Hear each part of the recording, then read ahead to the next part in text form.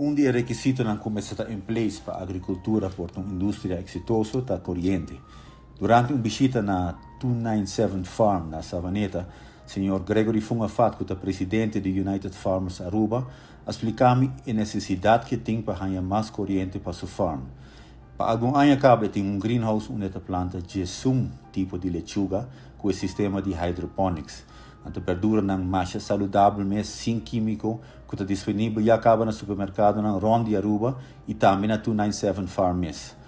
Mas nem avisa, tem um greenhouse que está funcionando, mientras que nós mira que o terreno tem espaço para at least 4 mais.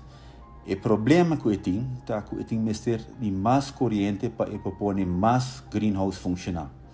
El mar no seu turno avisa que o mês lo mestre paga para um powerhouse mais grande em seu bairro, que lhe custa 90.000 florins.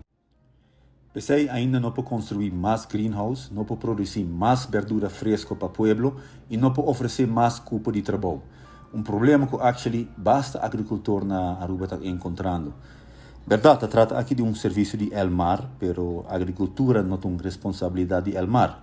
El Mar diz de stakeholders que começam a consultar, a envolver no desenvolvimento de indústria nova aqui. É um responsável do Ministério de Agricultura.